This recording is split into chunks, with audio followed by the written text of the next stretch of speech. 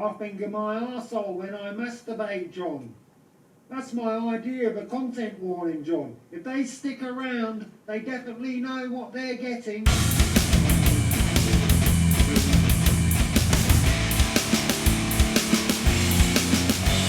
Welcome everybody. Not you, sex worker exclusionary twats. You can fuck right off. I am the air quotes comedian, a man, who upon meeting a porn star named Marla Twinklетits asked if that was her stage name or if her name really was Marla. And this is the Polemics. Welcome. For some of you, the audience, that's you, there's that prudish policeman in your head, isn't there? You know, the one that clutches the pearls at the mere mention of a three-way on the thruway at 5th and Parkway. All cops are bastards, so you might want to abolish Police Constable Polly Puritan, the prissy priggish prude, for this one.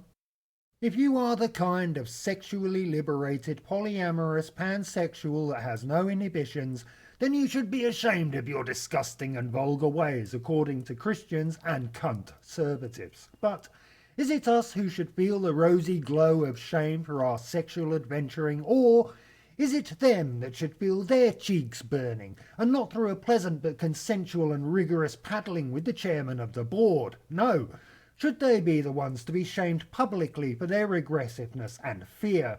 I definitively answer that question with a bulletproof argument. Here it is. Yes, they should.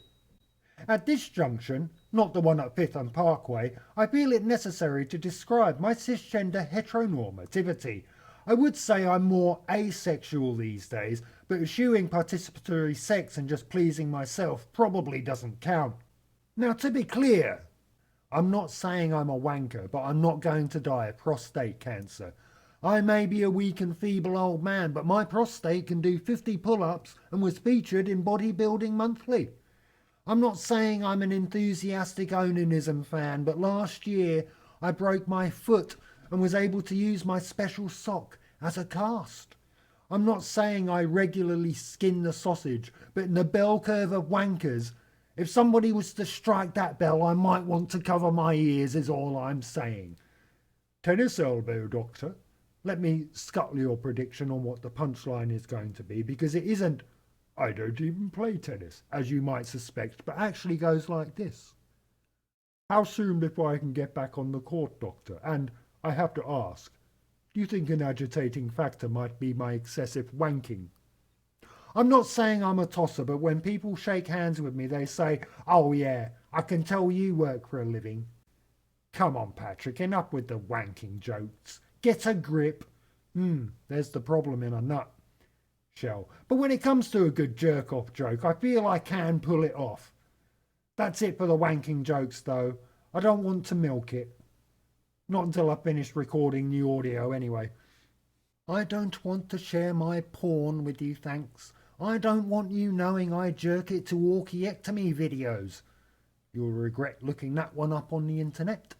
Trust me, search not these things this day, because I was going to say I toss it off to enucleation videos for that last bit, but I have no idea if you ate recently. Green beans, that's what I like to eat. Foreshadow. I'm not talking about gangrenous clits either. Literal green beans. Give me a plate, and that's what I'm eating first.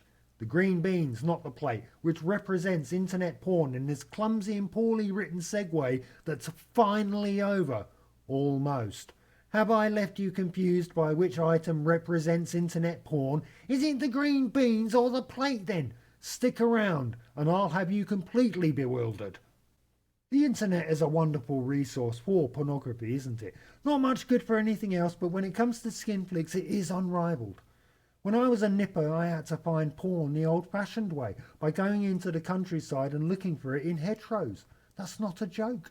If I wanted to get an eyeful of readers' wives, I had to hope I could find a copy of a Fiesta or an Escort skin magazine by rooting around rural bushes.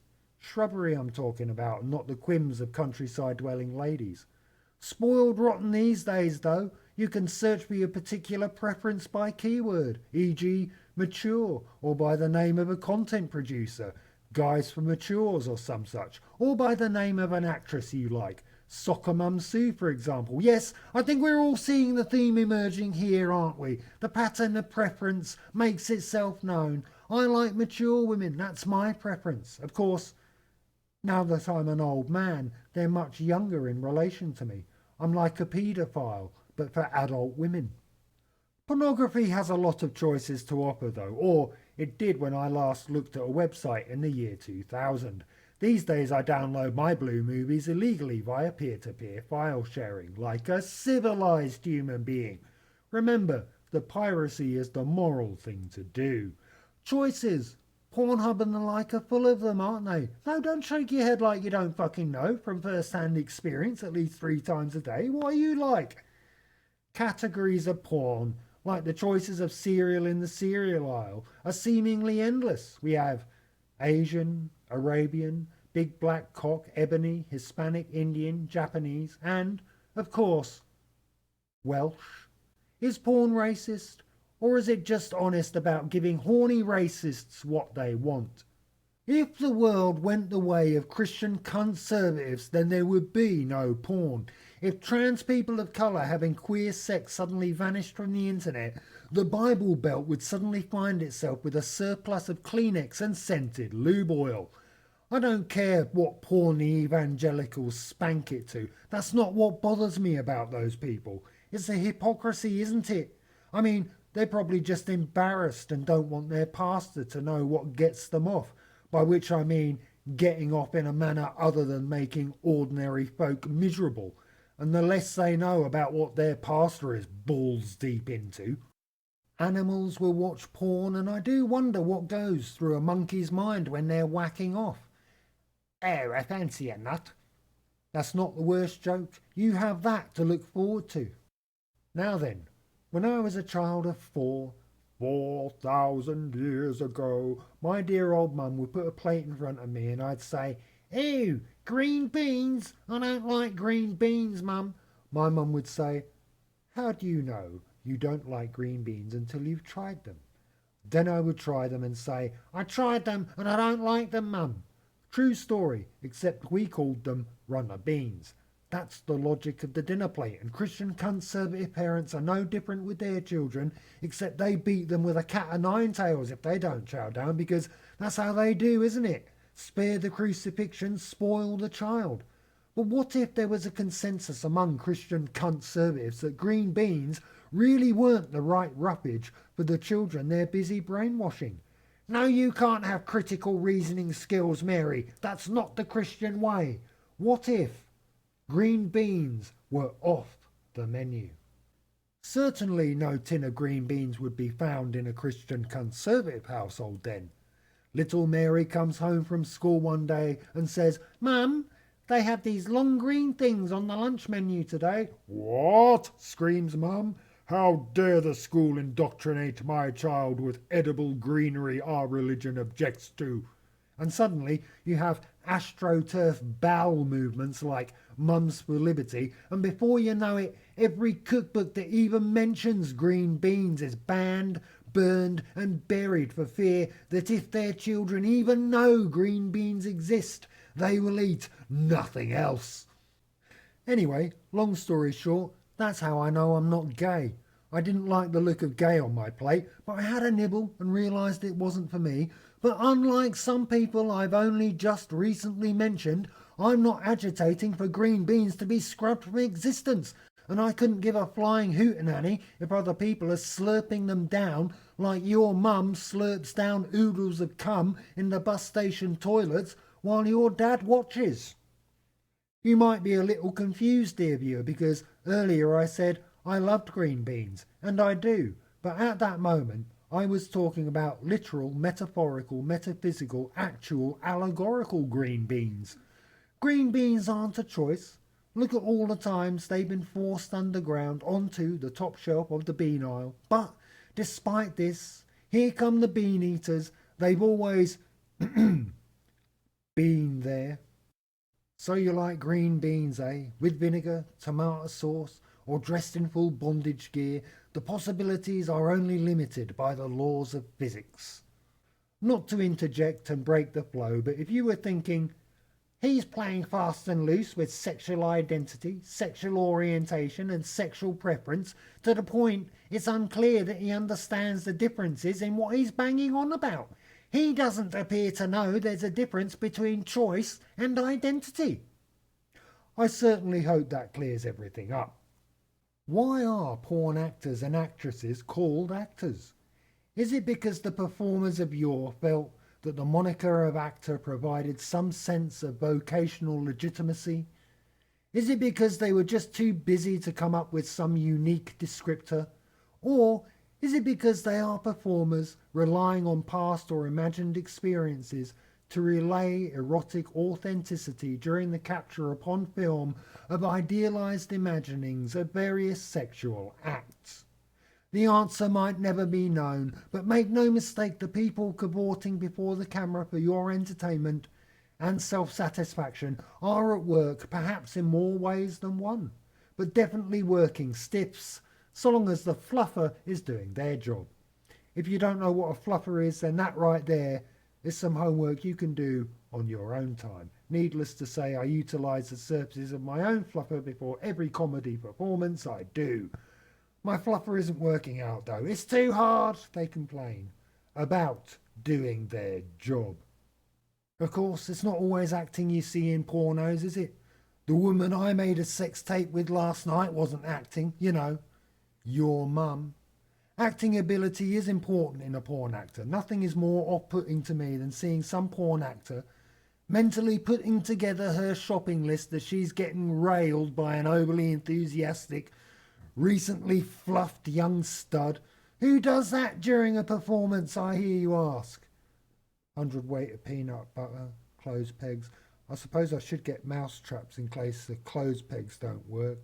Spray on stain remover, green beans, Dog Fancier's monthly magazine that's available at the checkout. What? Acting deficits are especially noticeable during group sex scenes, I've noticed, though I probably wasn't supposed to. The main actor will be giving one person head while getting head from another, except when you look, the third person just has their tongue out and isn't even moving it, or even moving their head around. This is your fucking job, mate. It's literally a fucking job. And here's your half-assed, unconvincing performance giving everybody a bad name. For fuck's sake, waggle it about a bit at least. I can, in a pinch, get by with an understated performance. It's when things go the other way that the suspension of belief is stripped away. It is with great sadness that I have to report that not every porn actor is giving Laurence Olivier levels of acting quality, but there are some out there that definitely do. I tend to focus on faces rather than body parts, though I suppose one's face is a body part or a collection of parts. It is through the face that eroticism is imparted to me. Don't get me wrong, I like to see everything, but if I can't see the porn actor's face, her face I'm talking about, I don't give a shit about the males in the scene. They might as well just be a wind-up head with a cock attached as far as I'm concerned. Males are to the sex film what dishwashers are to the restaurant. Absolutely essential for the whole shebang, but I really don't want to see the rictus on their face as they shoot their load into their fellow worker. Porn is simulacra for a base desire, like watching a cooking show to fill your stomach. Yes, you might orgasm, but does it placate your desire for physical and emotional intimacy and nourish your soul? A soul which doesn't exist. You have to endlessly browse for new porn because you never know when you'll come across something good. Perhaps a poor choice of words there. Do all men watch porn? Please. Does a bear watch porn? I don't know. I'm older now. I used to think that sex, with another human, was a lot of effort. Starts off exciting in the beginning, I'm not saying. But it's an awful lot of effort for what amounts to not very much. And recently I found I've developed the exact same attitude to masturbation. It's an awful lot of effort for not much reward, and the mental gymnastics required to not feel utterly ridiculous are getting beyond my ability. Of course, I have to balance this with, well, it is the only cardio I get.